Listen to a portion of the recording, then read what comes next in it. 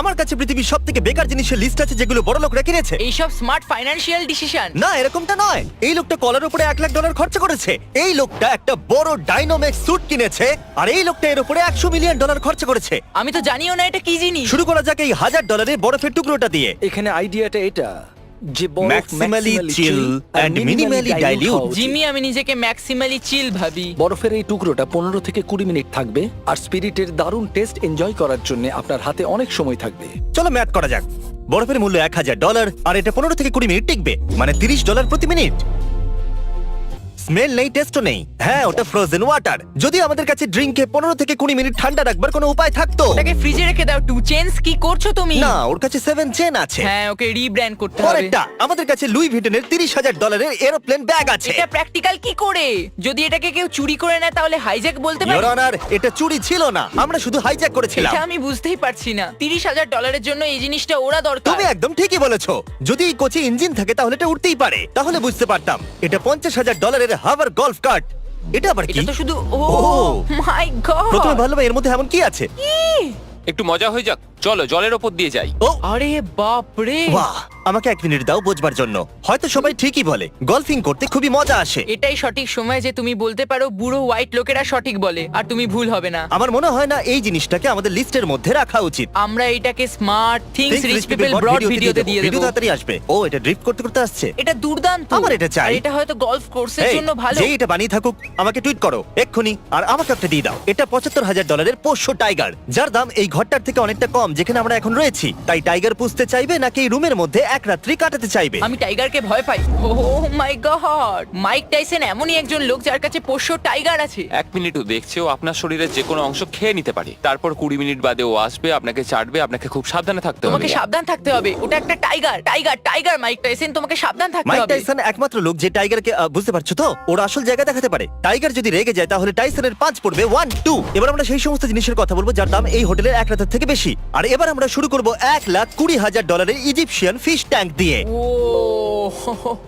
তুমি তো একদম ওর মতনই আওয়াজ করবে। সত্যি আমি এটা প্রথমবার দেখছি। আরে শ্যাক কি এটাকে কিনে নিয়েছে? হ্যাঁ, এটা এই ট্যাঙ্কের জন্য খুবই বড় ফিশ। ঠিক বলেছো, এই ট্যাঙ্কটা মাছের জন্য ছোট লাগছে। যেন ফিশ ট্যাঙ্কের 1/5 পার্ট। মাছের কাছে ঘোরার জন্য শুধু 2 ফুট জায়গা আছে। না না, ওর কাছে দুটো পা নেই, ওটা ফিন। আমি সত্যি বলছি, এই রুমের বদলে ওই ফিশ ট্যাঙ্কটা কিনতে আমি বেশি পছন্দ করব।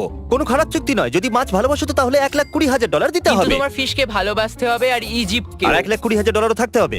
Diamond Hot Wheels, Hot Wheels. এর মূল্য তুমি $1,40,000। জানো এটা আমার জন্য কতটা ইম্পর্টেন্ট? শুক্রবারে এই হিরে দিয়ে ভর্তি 18 ক্যারেট সোনার এই হট হুইল কারের ওপেনিং করা হয়েছিল। কিরকম হবে যদি আমরা ওটা কিনে নিই আর ক্রিসের ছেলে টাকারকে ওটা দিয়ে দিই? কিন্তু আমরা বলবো না ওটা $1,40,000। আর তারপর এক সপ্তাহ পরে আমরা ক্রিসকে বলবো যে টাকার $1,40,000 কারের সাথে খেলছে। টাকার এমন একটা গাড়ি নিয়ে খেলছে যে তার দাম ক্রিসের আসল গাড়ির থেকেও বেশি। এবার একটা কলা দেখবো যেটা দেওয়ালে আটকানো আছে, আর এর মূল্য হলো $1,50,000। ওদের মধ্যে একটা $1,20,000 বিক্রি হয়েছে, তৃতীয়টা $1,50,000 বিক্রি করার আশা আছে। একটা কথা বলবো, আমিও আর্টে যেতে চাইবো। আমার প্রথম পিস যেটা আমি বেচতে চলেছি সেটা হলো মনস্টার ক্যান, $2,00,000। ও $1,90,000। এরপরে দেখা যাক $250,000 বাংলো ডগের জন্য। ও, একেই বলে মূল্য। মজা তো করছে না তাই না? ভাই কি, এর বাড়ি তো আমার বাড়ির থেকেও অনেক ভালো। এখানে 5টা ডগস থাকে জানো। আমি একটা মিনি ডগ হাউস বানাবো আর 5টা ডগকে অ্যাডাপ্ট করে নেব। এটা আমার স্বপ্ন। এটা আমারও চাই, কিন্তু ক্যাটদের জন্য। এটা $5,75,000 রোবোসরাস। এটা তো অ্যানিমের মতো। এটা $5 মিলিয়ন কেন নয়? কি এটার মূল্য ল্যাম্বরগিনি থেকে কম? আরে তা কিভাবে? আরে এর কাছে ফ্লেম থ্রোয়ারও আছে। এটা কি ধরনের পাওয়ার রেঞ্জার ভাই? আমি শুধু এটাই বলবো যে যে জিনিস এটাকে এটা? বানায় আমাকে টুইটারে ডিএম করুক যাতে আমিও এটা কিনতে পারি। তাড়াতাড়ি 1 মিনিট। এগুলো হলো সেই বেকার জিনিস যেগুলো বড় লোকরা কেনে। হ্যাঁ, হ্যাঁ। তাহলে ছাড়ো এগুলো আমার চাই না। আমি আরে এগুলো তা কিনতে চাই কেন? না। তুমি এখন পিছু পা আরে না হচ্ছো। না, উপস উপস।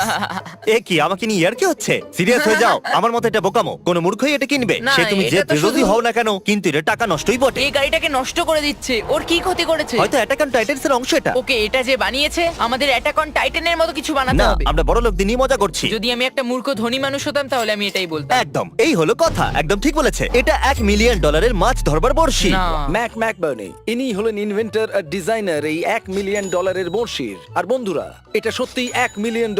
ওনাকে এটা 4 বার বলতে হলো যেন লোকেরা রোজ $1 মিলিয়ন নকল হিরের বড়শি বানায়। আরে ভাই, এটাই তো আসল। ও বলবে শান্ত হয়ে যাও বন্ধুরা, এটাই সেটা। ইনফ্যাক্ট আমাদের কাছে একটা ভিডিও আছে এটাকে না, ওটাকে সমুদ্রে ফেলার, ফেলো না। যেমনটা ও, আপনারা দেখতে no! পাচ্ছেন। ওয়াও, আমি জানতে চাইবো আপনারা কি পছন্দ করবেন, $1 মিলিয়ন ফিশিং রিল অথবা এই ড্রাগ ক্যাবিনেট যার মূল্য হলো $1,000,000। আমরা এই পুরো ভিডিওটা এই রুমেই করতে পারি। এতে সেন্সর লাগানো আছে আর যদি তুমি এটাকে জোরে প্রেস করো তাহলে সিকিউরিটি লোকেরা চলে আসবে আর তুমি গেলে। কাল তুমি কি এটা ওপেন করবে? একদম। তোমাকে ক্যামেরা দেখা যাচ্ছে? আরে না, $1,000,000 বর্ষি নাকি এটা? এরপরে হলো একটা এনএফটি যেটা 2.9 মিলিয়নে বিক্রি হয়েছে। এটা টুইটারে সবার প্রথম টুইট ছিল। প্রথম টুইট ছিল কি আমি সেটাও জানি না এটা কি ছিল। ও টুইটারটাও ঠিক করে এটা লেখেনি। কোনো মূর্খতা ছিল না কারণ ওই টাকাটা চ্যারিটিতে গেছিল। এটাকে $280 আবার বিক্রি করা হয়েছিল। কি? ওয়াও, এর উপরে তো সিনেমা হওয়া উচিত। একটু ভাবো একটা এনএফটির জন্য 2.9 মিলিয়ন পে করা আর তারপরে 1 বছর পরে এটাকে 280 তে বেচে কোথাও দেওয়া। না কোথাও একে নিয়ে ডকুমেন্টারি হবে। এটা মজাদার ছিল। প্রথমে বাড়ি বিক্রি, তারপরে আসবাবপত্র, তারপরে এনএফটি কিনলো আর শেষে শুধু পাউরুটি কেনার টাকা থাকলো ব্যাস। টেকনিক্যালি এখনো অবধি এটা সবথেকে বাজে ডিল। এটা এখনো পর্যন্ত সবথেকে খারাপ ইনভেস্টমেন্ট হওয়া উচিত। এরপরে দেখবো একটা ফ্রোজেন শার্ক যেটা কাল একটু এদিকে এসো। এই ব্যাড বয়ের মূল্য হলো $3 মিলিয়ন। এটা তো একটা রিয়েল শার্ক। এই শার্কটা এখানে কবে থেকে আসলে আছে? দুটো আসল শার্ক আছে। ও দেখো এটা চ্যান্ডলারের সাথে পাওয়া যায়। এটা পৃথিবীর সব থেকে দামি হোটেলের ঘর কারণ এখানে ক্রেজি আর্ট ওয়ার্ক আছে আর আমি এখনো বুঝতে পারলাম না এটা আসলে $1 মিলিয়ন কেন। বেকার জিনিস। এটা হলো পৃথিবীর সব থেকে বড় SUV $3 million. Alright mad max, এটা ও কি? মাই গড। আচ্ছা, এক্সট্রা টায়ারগুলো এই জন্য আছে যাতে বাকি 10টা টায়ার পাংচার হয়ে গেলে এগুলো ইউজ করা যায়। ওগুলো শো পিস। ওয়াও। সামনের অংশটা কিসের জন্য? মানুষের জন্য তো জায়গায় নেই, এটা ফালতু। এর থেকে ফালতু জিনিস আমি আগে এটা কি দেখিনি। 3.7 মিলিয়ন সোফার থেকেও বেশি ফালতু? এমনকি এই সোফার জন্য সিকিউরিটি গার্ডও আছে। তাহলে বলুন এই 3.7 মিলিয়নের সোফাটা কি এই লোকটার সাথে সেফ আছে? যদি আমি একটা চোর হতাম আর এটাকে গার্ড দিতাম তাহলে আমি এটাকে চুরি করে নিতাম অবশ্যই। এই সিকিউরিটি গার্ডকে আমি আমার বাচ্চা দেখাশোনার জন্য রাখতাম। এই সোফার সুরক্ষার জন্য তো এই রাখতামই না। লোকটার কাছে আমি চাইবো যে আমার ছেলের কাছে হিস্ট্রি পড়ুক। আর এই সোফাটাকে চুরি করবার চেষ্টা করবে না। একজন লোকাল হিস্ট্রি টিচার এটাকে রক্ষা করছে। এটা কি একটা মেটাল এর সোফা? কোনো মানেই হয় না। এখন এটা এত ভ্যালুয়েবল যে এটাতে বসার কোনো অনুমতিও নেই। কি? একটা সোফা যেখানে আপনি বসতেই পারবেন না। তাহলে এটা কেনার অর্থ কি? তাহলে তোমার $30,000 পোকেমন ব্লাস্ট টয়েস কার্ড কেনার অর্থ কি? আমি জানি না। চেকমেট। আমার দেখতে ভালো লাগে। ওদেরও সোফা দেখতে ভালো লাগে। এটা অদ্ভুত। এটা হলো পৃথিবীর সব থেকে দামি বাথরুম $4.8 মিলিয়ন। চলো, কেউ তো বাথরুমের গুরুত্বটা বোঝে। এগুলো কি গোল্ড? Of course. Gold-এর trash can? হ্যাঁ, কাম অন। সত্যি $4.8 মিলিয়ন বাথরুম আর এই ফালতু হ্যান্ড ড্রায়ার? আরে এক মিনিট। অ্যাসোসিয়েটেড প্রেস আসলে এটা কেন করলো? এরকম কি করে করতে পারে? জানি না, কিন্তু এই লোকটা হয়তো প্রমোশন পেয়েছে। এটা $15 মিলিয়ন একটা প্রাইভেট জু। সত্যি কথা বলতে জু এর জন্য $15 মিলিয়ন ঠিকই আছে। ওকে, ওখানে জিরাফও আছে। ওকে, এটা দুর্দান্ত। এক মিনিট, ওখানে ব্রাউন বিয়ার আর জিরাফ একসঙ্গে বসে আছে। এই জায়গাটা অনেক বেশি কুল। এক মিনিট, কি? Zero shot? ওখানে কি বিয়ারকে হাত দিয়ে খাওয়ানো হয়? আমার মতো মানুষ এটা কোনোদিন করবে না। মাইক টাইসনের টাইগারের কথা মনে পড়ে Oh গেল। my God! ওরা অ্যানিমেলদের সাথে এত কমফোর্টেবল কি করে? পৃথিবীর সব থেকে বড় এসইউভির মালিকের কাছেও এই পরিষেবা আছে যেখানে আপনি $25 মিলিয়ন দিয়ে নিজের নাম মহাকাশে লেখাতে পারবেন। ও ওয়াও। প্রত্যেকটা অক্ষরকে 500 মিটারে মাপা হয়। মানে একটা লিটার 5 মিলিয়নের। এই জিনিসটা কতটা বিশাল এটার আন্দাজ করতে গেলে এখানে আমরা আবুধাবি আর আলফুতাসাই দুটো আইল্যান্ডেরই দৃশ্য দেখাচ্ছি। ওয়াও। কি দারুণ! জানো তুমি, যদি আমার কাছে 25 মিলিয়ন এক্সট্রা থাকে তাহলে আমি হয়তো ওটা কিনে এটা নেব। দারুণ লাগছে, কিন্তু দেখবে কি? ওদের মতো বড় লোকরা এটা নিয়ে চিন্তাই করে না। ওদের অ্যাসিস্ট্যান্ট হয়তো দেখে, মালিক তো জুতে এনজয় করে। তাও আবার 5 বছর বাদে উধাও হয়ে গেল। সত্যি সব টাকা জলে চলে গেল। খুশি হয়েছি আমি $25 মিলিয়ন বাঁচিয়ে এটা নিয়েছি। হয়তো এখন অবধি সব থেকে বেকার ইনভেস্টমেন্ট। কারেক্ট। এবার $42 মিলিয়ন আশ্চর্যজনক ঘড়ি যার মালিক হলো জেফ বেজোস, আর এই ঘড়িটাকে আগামী 10,000 বছর চালানোর জন্য বানানো হয়েছে। দিন-রাত থার্মাল সাইকেলস।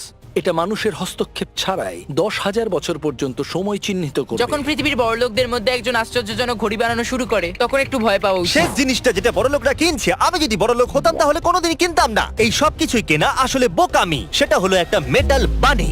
মূল্য গেস করুন। No idea. শুনে নিন, $91 মিলিয়ন।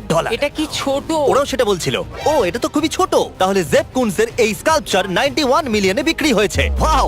যদি আপনারা এই লিস্টে থাকা জিনিসগুলো কিনতে আমাকে সাহায্য করতে চান তাহলে নিকটবর্তী ওয়ালমার্টে যান আর ফেস্টিভ্যাল কিনে নিন। পুরো আমেরিকাতে ওয়ালমার্ট আমাদের ফেস্টিভ্যাল চকলেট এখন বিক্রি করে, আর আমরা কিছু এক্সক্লুসিভ ফেস্টিভ্যাল কুকিজও রেখেছি যেগুলো আপনারা ওয়ালমার্ট থেকে কিনতে পারবেন। এক্ষুনি কিনে নিন।